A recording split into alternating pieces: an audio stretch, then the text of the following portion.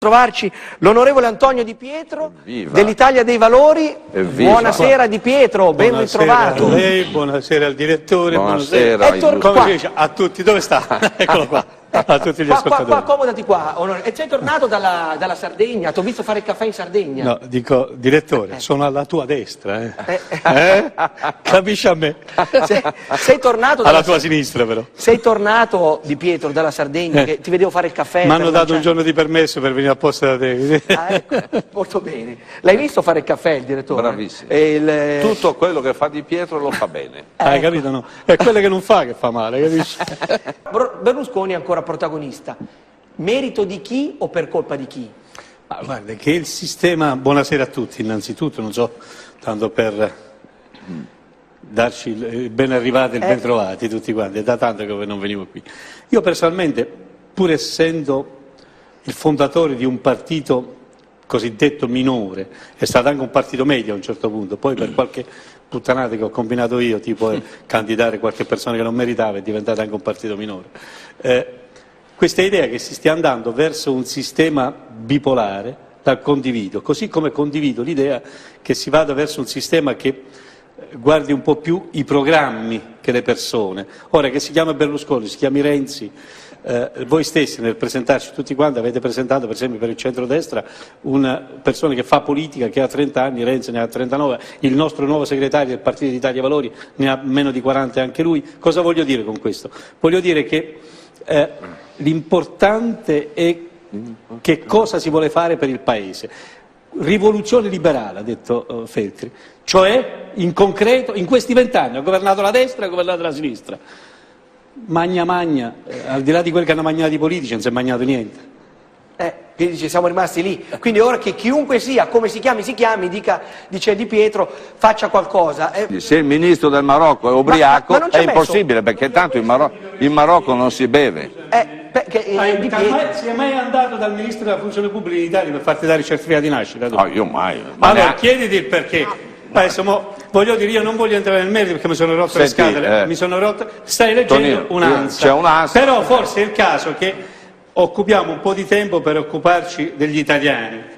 Non è che dare una notizia, quello che stavi dicendo non è un delitto. sto dando manforte a quel che dici tu. Bravo. Ma volevo parlare a suocero per far capire a nuora. Stiamo andando. Meglio la nuova. No, non ce l'avevo con lei, ce l'avevo con lei. Voglio andare a un discorso, vogliamo andare nel merito delle ragioni per cui gli italiani dovrebbero essere convinti a votare bianco, rosso, verde, o tutte e tre una volta la bandiera italiana, e invece che andare a votare per disprezzo, per odio o per amore verso qualcuno. Cioè questa idea che sia maggiorenne o minorenne, che se lo risolvono i giudici, questa idea che ci sia un processo per falsa testimonianza, non si è deciso oggi, si è deciso quando è stato fatto la prima sentenza al PQM, nella fase in cui si diceva la ragione, hanno già rinviato. Adesso il fatto si vota il 24 maggio, che i giudici lo dicono al 15 maggio, lo dicono al 15 aprile, non sposta niente. Io credo che non sposta nessun voto questo processo terra. Io credo che agli italiani vada detto perché dovrebbero votare Italia dei Valori, perché dovrebbero votare Forza Italia all'Europa. Cosa farebbe Di Pietro se va in Europa? Se mi date questo opportuno lo dico, ma sono venuto qua a fare uno sponsor per Berlusconi, mi sono rotto le balle. C'ha ragione anche lei, adesso ci arriviamo, però non si può fare finta di niente sul fatto che tutte queste persone fino all'altro ieri ricevevano una sorta di emolumento, come diceva il Presidente, un aiuto perché erano, diciamo così, disoccupate tutte queste ragazze, e poi da adesso, dall'inizio di quest'anno, non lo ricevono più perché qualcuno gli ha detto attenzione che andando avanti così potresti finire prima del 10 ai domiciliari. Io leggo qua qualcuno che dice, qualcuno che ha scritto troppo alto il rischio di finire domiciliare fin dai prossimi giorni.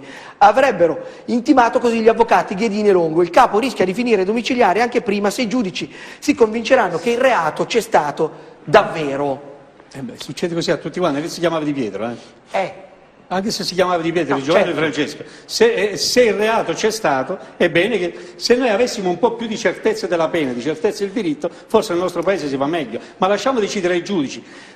Adesso hanno iniziato per andare a vedere se c'è un reato o meno. Io vorrei chiedere un voto agli italiani non perché Berlusconi è andato a letto con la ragazzina, ma perché Di Pietro, se va in Europa, potrebbe proporre magari una legge, una proposta per combattere l'evasione fiscale a livello europeo e magari qualcosa ne potremmo parlare. Ecco, quindi ci stai dicendo, ricordalo che ti candidi alle europee, Di Pietro. Ci mancherebbe altro. Dopo parleremo anche di evasione fiscale, perché c'era una signora qua a Roma che aveva 1243 case, non ha mai pagato niente di evasione. Però se avessero applicato quella proposta che io ho fatto al Parlamento italiano, destra e sinistra mi hanno risposto picche, o che se si facesse a livello europeo, oggi non saremmo in queste condizioni. E dopo ne parliamo, in una battuta. Poi parliamo... No, mi spiace, ma non ci sto. Mi avete invitato, cosa devo dire lo decido io e non lo decide lei, e soprattutto non sono venuto qua per parlare, non sono se venuto qua... rispondere alla domanda, bene. Allora mi sto zitto.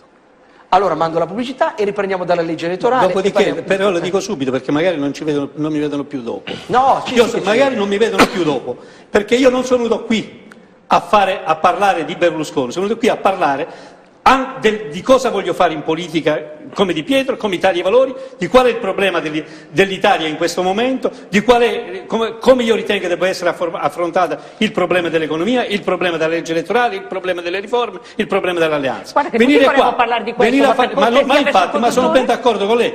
Questa idea che io sia venuto qui a fare lo show in mezzo alle minigonne e senza gonne di queste ragazzine qua, abbiate pazienza. Con tutto il rispetto, Pietro, io con tutto il rispetto, io sto perdendo solo del tempo. Ha sentito le parole, scusi, all'inaugurazione dell'anno giudiziario? Allora mi faccio parlare dell'inaugurazione dell'anno giudiziario. Io le posso dire solo una cosa. Io personalmente contesto, anzi con tutto il rispetto che ho verso il Presidente della Corte di Cassazione, io non approvo il contenuto di quel discorso, ma parliamo di giustizia, ma ogni volta che vengo da una parte e dall'altra, che devo fare lo sponsor di Berlusconi, perché gli serve uno che deve parlarne male per avere l'altro che ne parla a favore, mi sono rotte le balle, abbiate pazienza. No, io lì la volevo portare. Allora cominciamo a parlare, è passata un'ora, abbiate pazienza. Abbiamo altri temi. Ho parlato io, tu hai solo detto di destra e sinistra. Abbiamo un'altra ora. Per la verità sono io che l'ho parlato male. Non ti arrabbiare.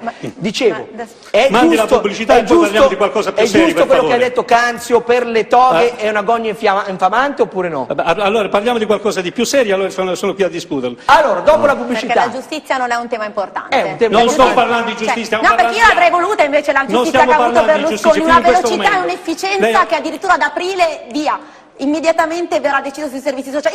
Io vorrei che tutti gli italiani avessero una giustizia così veloce ed efficiente e non processi che invece vanno avanti anni, anni, anni. Sai da quando è che va avanti questa giustizia di Berlusconi o no? Certo che lo so, ero piccola, allora, sono cresciuta con ancora persecuzione. Si è già risposto. Ma secondo lei è normale che... Era piccola. Ma perché Berlusconi sì e tutti gli altri italiani no? Me lo Infatti spiega? io sto dicendo, se mi avesse fatto parlare di perché io non contesto cosa ha detto il Presidente della Corte di Cassazione quando ha riferito come intervenire per la giustizia, le avrei detto esattamente quello che dice lei: dobbiamo intervenire per accorciare i tempi processuali, per rendere la paritaria difesa e accusa e per fare in modo che siamo tutti di fronte uguali di fronte alla legge. Quando il Presidente della Corte di Cassazione ha parlato che la soluzione sta nel far pagare nel processo civile chi vuol fare l'appello pagare prima, e quindi soltanto chi ha i soldi può fare appello, quando nel processo penale la soluzione è l'indulto. Allora io volevo esprimere in questi sensi, a prescindere da Berlusconi. Come vedi stiamo parlando la stessa lingua, io condivido, io sono la prima persona che dico, io non sono di centrodestra, voglio ricostruire un centro-sinistra insieme, ma rispetto le molte persone che nel centrodestra vogliono costruire una realtà diversa dalla mia. Per esempio io quando mi sono appena informato di cosa ha fatto lei nel suo quartiere, di come si è mosso e si sta muovendo, io ammiro lei non per i suoi capelli, ma per come sta facendo politica. Io credo che sia necessario, superato questo periodo di sbandamento complessivo, che ci sia una legge elettorale che rimette in mano agli elettori la possibilità di poter scegliere, ma anche di avere una governabilità e quindi no al ricatto dei 1000 partitini che ci sono. Quindi io sono il primo che lo dico, da cittadino sto parlando prima ancora.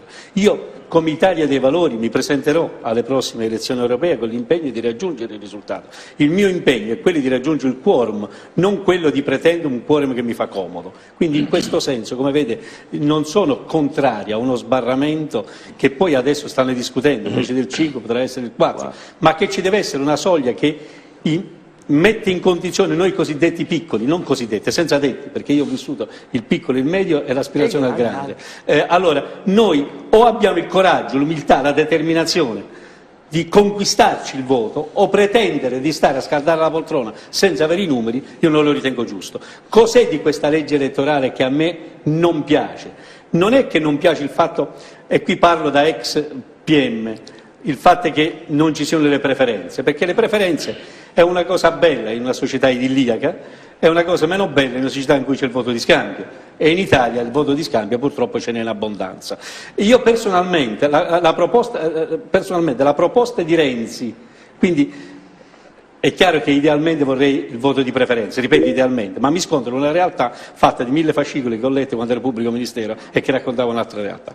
L'idea di Renzi che dice senza preferenze, a mio avviso ha un senso solo se, quindi vedete non sto parlando in negativo, in positivo, ma ha un senso solo se mettiamo in condizione comunque il cittadino di sceglierlo. E allora come? Con le primarie. Renzi ha detto una cosa importante nel momento in cui ha detto ma noi del PD facciamo le primarie. Ecco, non basta.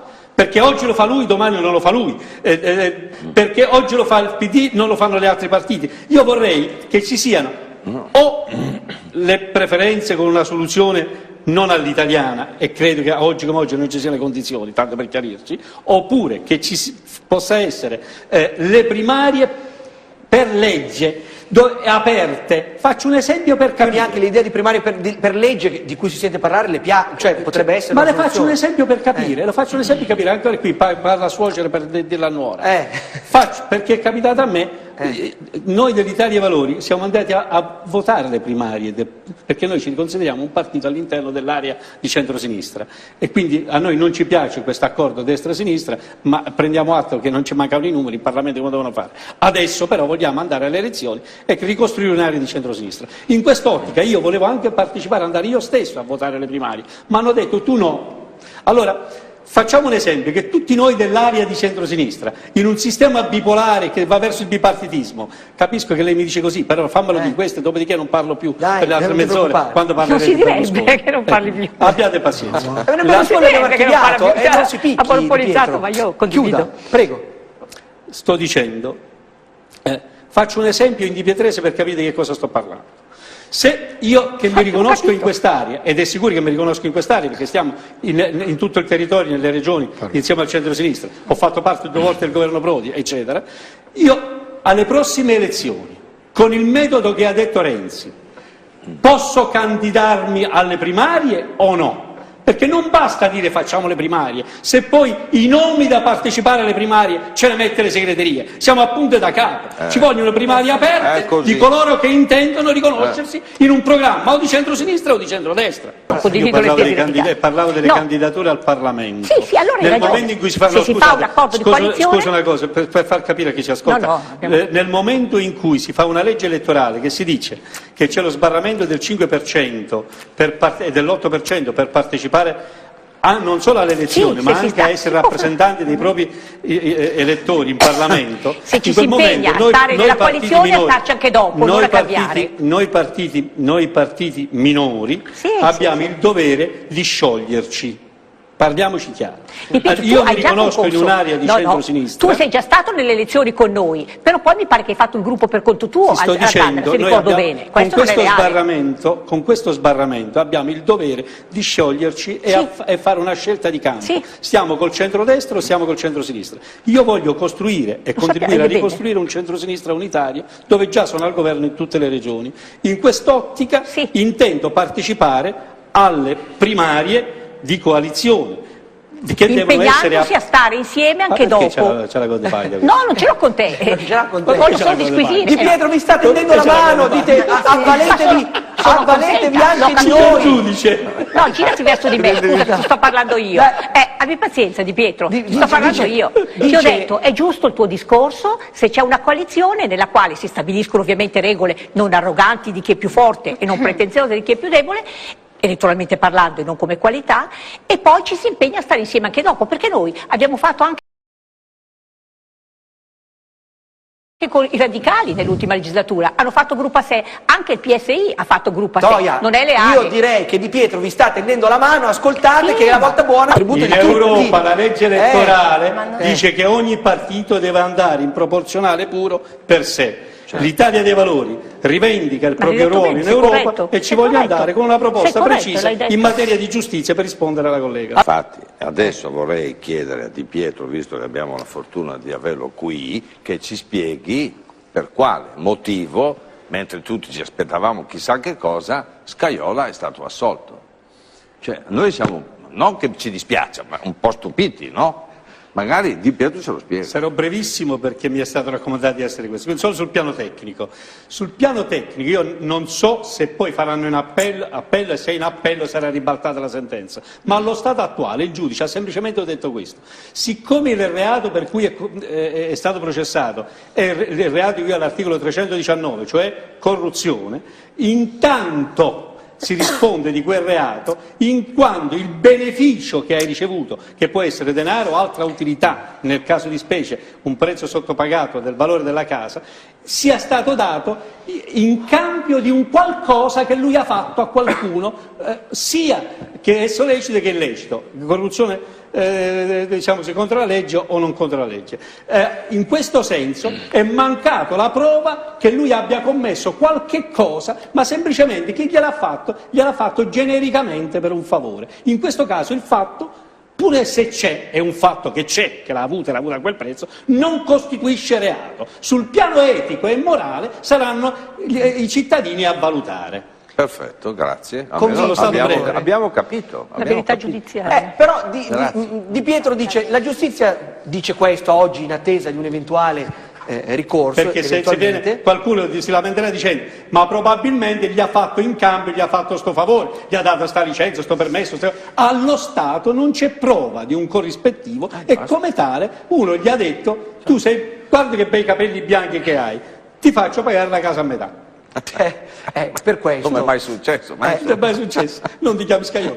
Caro Di Pietro, tu vai in Europa, spero che tu ci vada anche con un problema di coscienza di riflettere su quali errori che hanno avuto conseguenze tragiche, va bene, tu sei stato protagonista, mani pulite, certamente ci sono stati magistrati che io stimo, però porcaccia la miseria, c'è gente che ci ha perso la vita e che cosa gli restituisce alla gente? C'è un solo modo per avere la certezza che anche il tuo partito un magistrato, un inquisito sotto inchiesta non faccia ma anche tu hai perso l'occasione buona, voglio dire il tuo partito è finito devastato per avere questa certezza. Ma tu pensi davvero che io volevo, a parte il fatto che la Morte Cagliari non ci azzecco niente io perché non sono suicidato, interrogato, è stato lì, non era in una giustizia per testimone come giudice, era all'epoca detenuto per un'inchiesta Di Pietro, anche il tuo partito, vi ho detto incontrandoti il tuo partito è finito devastato da corruzione e tutto quanto. C'è un solo modo per un magistrato avere la certezza che per l'inchiesta che sta facendo qualcuno non si disperi, quello di non farla, perché altrimenti se dovesse ragionare in questo modo non lo farebbe mai. Io sono andato in prima pagina per la valigetta in Svizzera che non era vero, in prima pagina sono stato sputtanato. Io ho letto l'ultimo libro che ha fatto, e ve lo invito, l'ultimo libro che ha fatto Feltri, in cui proprio riferendo a me dice esattamente, ricorda una frase che io ho detto e che lo ripetisco anche qui: se l'avessero saputo che Gardini si suicidava, l'avrei arrestato la sera prima, perché a mezzanotte mi hanno detto che era arrivato a Milano, io ho detto aspettate domani mattina che sembra brutto andare a prendere di notte. Imputati terrorizzati, questa cosa? Terrorizzati a Fede, è quella lì delle 1243 case, perché? No, per far capire questo, che ha 1243 case, pace all'anima sua, anche perché pace all'anima di suo padre probabilmente, ma il problema è se ci pagasse le tasse nessuno ha nulla da dire, il problema è che non ci paga le tasse. E perché non ci paga le tasse? Per le ragioni che diceva la collega Toia prima, ed è quella una delle ragioni fondamentali. Io ho fatto 3 disegni di legge in Parlamento nazionale, ne ho fatto uno a livello europeo quando era al Parlamento europeo, ma credo che sia giunto il momento che o destra o sinistra, possibilmente destra e sinistra insieme, si rendono conto che o noi usciamo fuori dall'ipocrisia di fare delle leggi belle e trasparenti al nostro interno, ma poi utilizzare le cose sporche fuori dai nostri confini, oppure tutta un'ipocrisia. Faccio un esempio.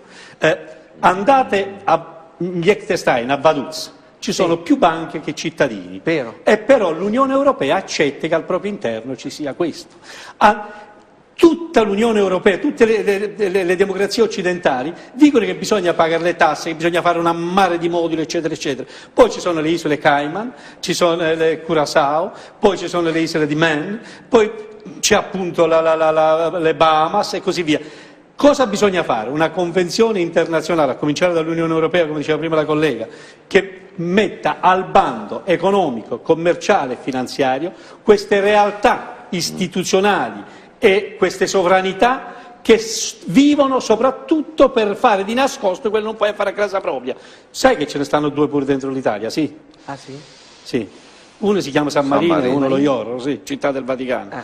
Perché io quando ho fatto l'inchiesta Mani Pulite, le 2 resistenze e le 2 ancora buchi neri le ho trovate a Lussemburgo, Lussemburgo, la cosa più bella, capitale però di uffici tutti i fondi europei andavano lì e li ho trovati.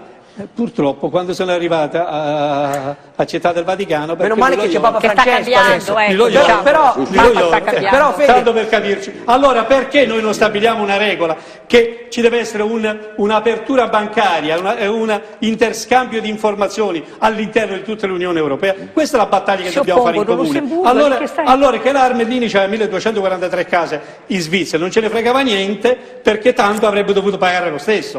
Allora, invece di fare una sanatoria, come purtroppo era stato proposto anche adesso a livello italiano, perché diciamo, tu mi sei testimone, stabiliamo una regola, che dovunque si trovano queste persone che hanno violato la legge, non si fa la sanatoria per farle rientrare in Italia, ma si va confiscato anche all'estero i beni. Saranno bravissimi sotto un profilo, fino a quando non c'è certezza del diritto e certezza della pena, ognuno vuol tentare di fregare il fisco.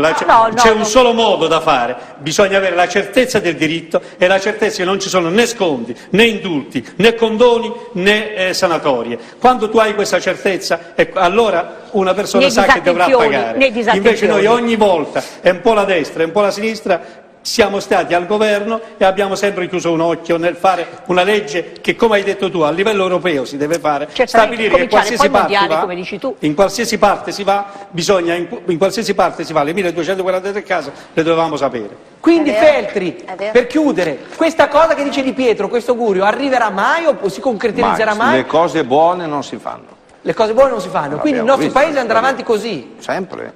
Come sei? Certo, io credo che per mi questo occupo di queste farlo... da 50 anni, faccio il giornalista e continuo a raccontare Vittorio, per questo bisogna farlo a livello europeo, perché al nostro paese io me ne andrei dall'Europa invece. Me ne andrei dall'Europa, dice Feltri. A proposito degli italiani, su di questo, a proposito degli italiani, tutti dicono che l'Italia è una brutta città, un brutto paese sotto questo aspetto, ma io mi ricordo ai tempi di Mani Pulite e anche adesso. Anche gli stranieri, quando vengono italiani, come fanno gli italiani pure loro a fare i furbetti? Perché sanno che qui si può scampare. Io cercavo allora, diamo la certezza del diritto. Cercavo di chiudere.